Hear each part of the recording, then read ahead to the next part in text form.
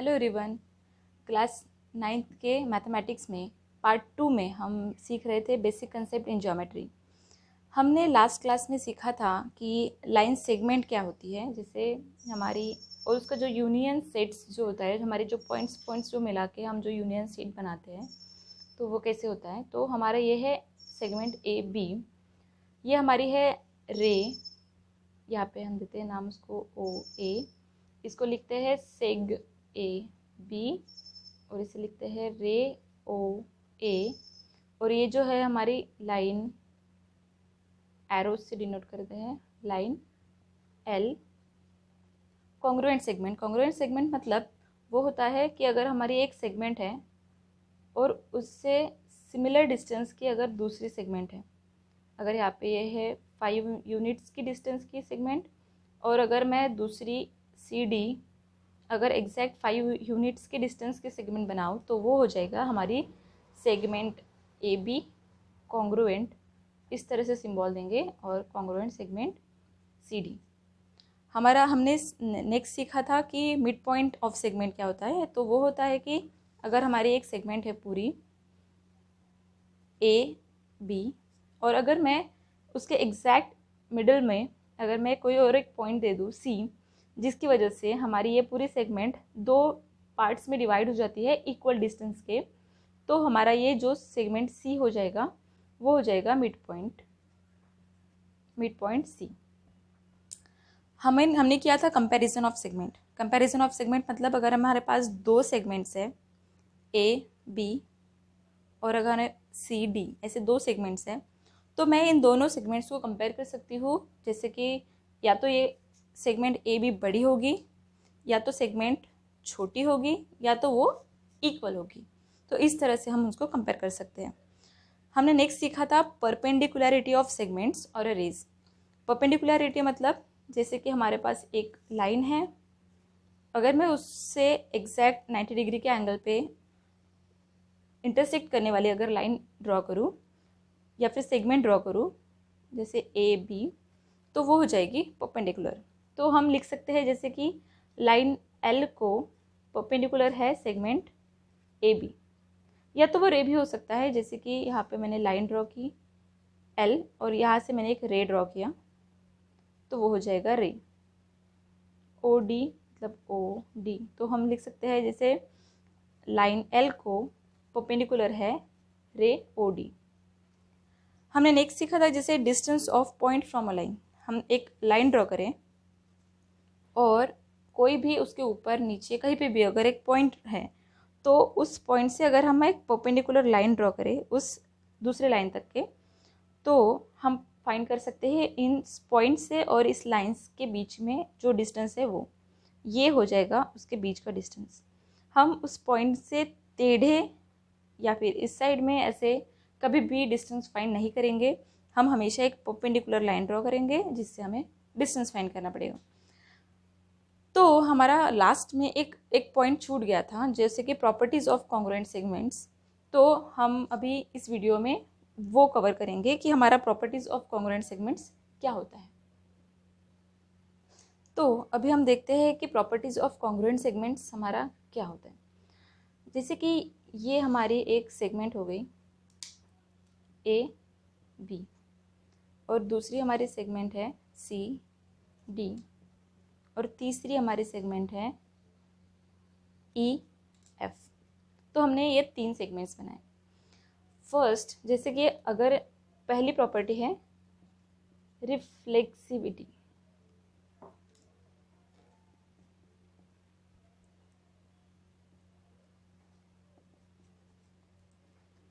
Reflexivity of segments, तो इस property के हिसाब से क्या होता है कि ये जो सेगमेंट है हमारी ए बी, हमारी सेगमेंट ए बी कॉन्ग्रुएंट, हम कॉन्ग्रुएंट सेगमेंट की प्रॉपर्टीज़ पढ़ रहे हैं। तो हमारी सेगमेंट ए बी अगर ये इक्वल डिस्टेंस के हैं 5 यूनिट्स के हैं या फिर एक्स यूनिट्स के हैं, तीनों एक एक्स यूनिट्स के हैं, तो हमारी segment A B congruent to C D.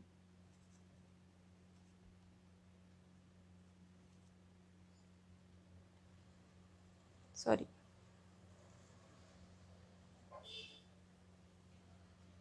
ये हमने बनाया एक, हमारा पहला है रिफ्लेक्सिविटी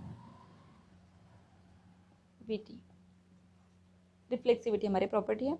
तो उसके हिसाब से हमारे हैं segment A B congruent to segment A B, वो खुद से ही कंपेयर करें तो वो खुद से ही कॉन्ग्रुएंट हो जाती है, तो हमारी वो प्रॉपर्टी हो जाती है रिफ्लेक्सिविटी। हमारी सेकंड है वो है सिमेट्री। तो सिमेट्री के हिसाब से अगर हमारे पास दो सेगमेंट्स है, हमने एक फर्स्ट के लिए एक ही सेगमेंट के लिए बनाए, अगर हमारे पास दो सेगमेंट्स है तो अगर हमारी सेगमेंट ए बी कॉन्ग्रुएंट हो जाती है सेगमेंट सी डी से, तो हमारी सेगमेंट सी डी भी कॉन्ग्रुएंट है सेगमेंट ए बी से। हमारी तीसरी प्रॉपर्टी है ट्रांजिटिविटी।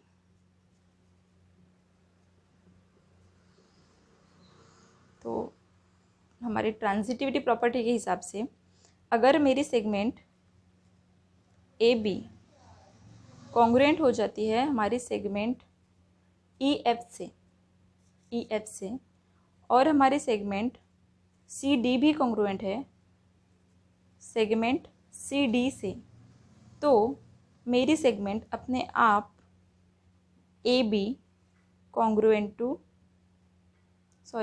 यहाँ पे ई एफ से, तो हमारी ए बी कॉन्ग्रुएंट हो जाती है सेगमेंट सी डी से। मैं फिर से रिपीट करती हूँ, जैसे कि हमने देखी फर्स्ट रिफ्लेक्सिविटी प्रॉपर्टी, जिसके हिसाब से हमारी अगर सेगमेंट ए बी है वो खुद से ही कॉन्ग्रुएंट होती है। हमारी सेगमेंट जो प्रॉपर्टी है, जो सेकंड प्रॉपर्टी है वो होती है सिमेट्री। तो सिमेट्री के हिसाब से अगर मेरी एक सेगमेंट किसी दूसरे सेगमेंट से, मतलब अगर ए बी सी डी से कॉन्ग्रुएंट है तो मेरी सी डी भी ए बी से कॉन्ग्रुएंट हो जाएगी सिमेट्री प्रॉपर्टी के हिसाब से। ट्रांजिटिविटी मतलब अगर मेरी segment A B E F से कॉन्ग्रुएंट है और मेरी सी डी भी ई एफ से कॉन्ग्रुएंट है, मतलब ये दोनों से, ये ई एफ दोनों से कॉन्ग्रुएंट होगी, तो मेरी ये दोनों जो लाइंस है जो अलग है तो वो एक दूसरे से कॉन्ग्रुएंट हो जाती है। ये हमारी तीनों प्रॉपर्टीज़ है। ये जनरली एग्ज़ाम्स में कभी कभी प्रॉपर्टीज़ के हिसाब से पूछे जाते हैं, तो उसको एक्सप्लेन करने के लिए ही शायद ये छोटा सा टॉपिक है, और कुछ नहीं। इसके हिसाब से हम आगे देखते हैं कि हमारे जो क्वेश्चंस है, हमने जो इसके प्रॉपर्टीज़ और लाइन और सेगमेंट्स देखे थे, हम अभी उसके कुछ क्वेश्चंस देखेंगे। तो जैसे कि अभी हमारा ये क्वेश्चन है जहाँ पर यहाँ पर कुछ कोऑर्डिनेट्स और कुछ पॉइंट्स गिवन है। तो ये कोऑर्डिनेट्स है एक नंबर लाइन पर, अगर हम एक नंबर लाइन पर अगर इन कोऑर्डिनेट्स को डिनोट करेंगे तो ये जो सेगमेंट्स बन जाएगी, उन पॉइंट्स को लेकर जो सेगमेंट्स बन जाएंगी, हमें उन्हें कंपेयर करके बताना है कि वो कॉन्ग्रुएंट है या नहीं है। तो इसके लिए मैंने लिखा है यहाँ पे सॉल्यूशन। तो हम देखते हैं कि यहाँ पर एक हम बड़ी सी नंबर लाइन बना लेते हैं पहले। तो यहाँ पर हम 0 1 2, तो इस तरह से अगर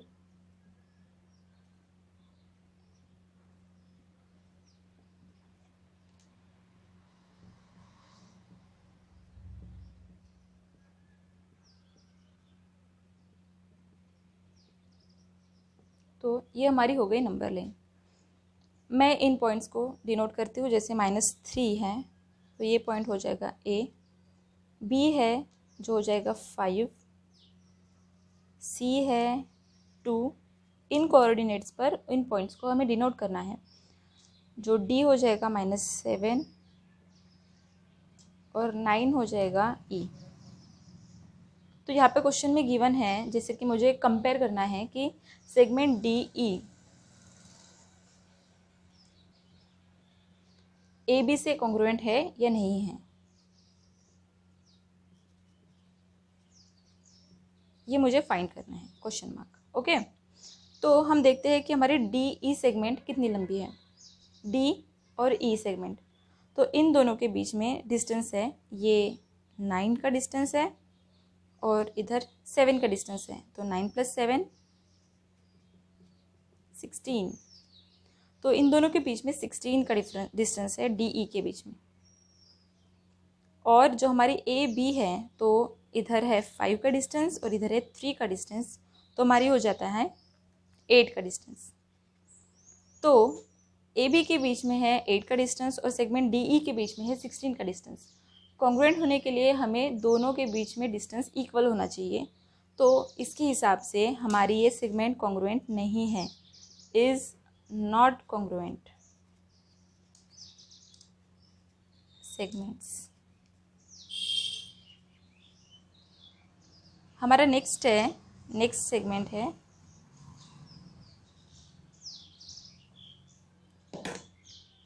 सेगमेंट बी सी कॉन्ग्रुएंट है ए डी से या नहीं, क्वेश्चन मार्क। ओके, तो हम देखते हैं बी और सी के बीच में डिस्टेंस है, जैसे यहाँ पर 5 हमने डिस्टेंस निकालना देखे थे, 5 - 2 = 3, तो हमारा बी और सी के बीच का डिस्टेंस हो गया 3।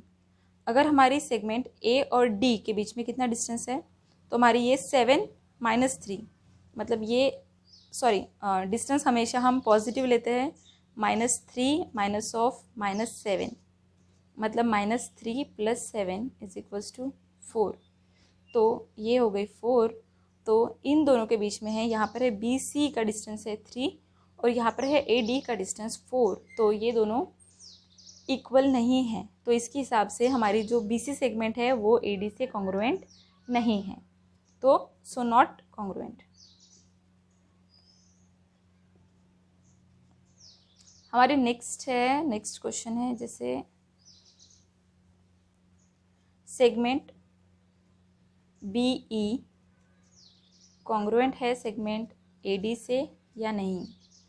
तो हमारे बी ई के बीच में कितना डिस्टेंस है, तो हमने देखते हैं यहाँ पे 9 - 5 = 4, तो इन दोनों के बीच में डिस्टेंस हुआ 4 का।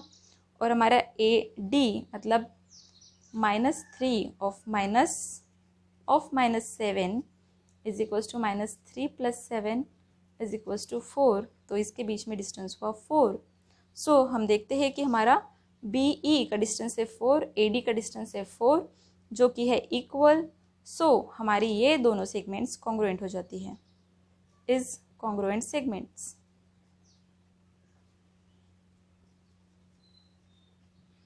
ये काफ़ी इजी है, अगर आप पॉइंट्स के बीच में डिस्टेंस निकालना सीखे और उनको कंपेयर करना सीखे तो हमें कॉन्ग्रुएंट सेगमेंट फाइंड करना काफ़ी इजी होता है। हम और एक एग्जांपल देखते हैं। तो एक काफ़ी मिड पॉइंट से रिलेटेड अगर एक एग्जांपल देखें तो वो होता है, जैसे अगर मेरे पास एक सेगमेंट है ए बी गिवन है और इसकी पूरी लेंथ है 8 सेंटीमीटर। अगर 8 सेंटीमीटर उसकी पूरी लेंथ है और यहाँ पर अगर मैं एक मिड पॉइंट ड्रॉ कर दूँ तो वो डिस्टेंस डिवाइड कैसे करेगा, पूरे लेंथ को वो 2 पार्ट्स में डिवाइड कर रहा है, तो हम करेंगे 8/2 = 4, मतलब ये पूरा congruent mid point equal distance में डिवाइड करेगा, तो इसके हिसाब से ये पार्ट हो जाएगा 4 सेंटीमीटर का और ये पार्ट हो जाएगा 4 सेंटीमीटर का। ये 2 पार्ट्स में डिवाइड कर रहे हैं, इसलिए हम इसको डिवाइडेड बाय 2 करेंगे। अगर वो 3 पार्ट्स में करता, हम मिड पॉइंट में 3 पार्ट में डिवाइड तो नहीं करते, बट अगर 3 पार्ट्स में डिवाइड करता तो हम करते यहाँ पे डिवाइडेड बाय 3।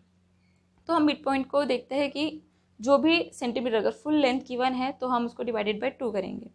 अगर हमारे पास अगर कोई सेगमेंट है पूरी ए बी और यहाँ पर पॉइंट है एम, और मुझे अगर इसकी लेंथ गिवन है पॉइंट एम और बी की लेंथ गिवन है 4 सेंटीमीटर, 3 सेंटीमीटर, एग्जाम्पल चेंज कर लेते हैं हम, 3 सेंटीमीटर।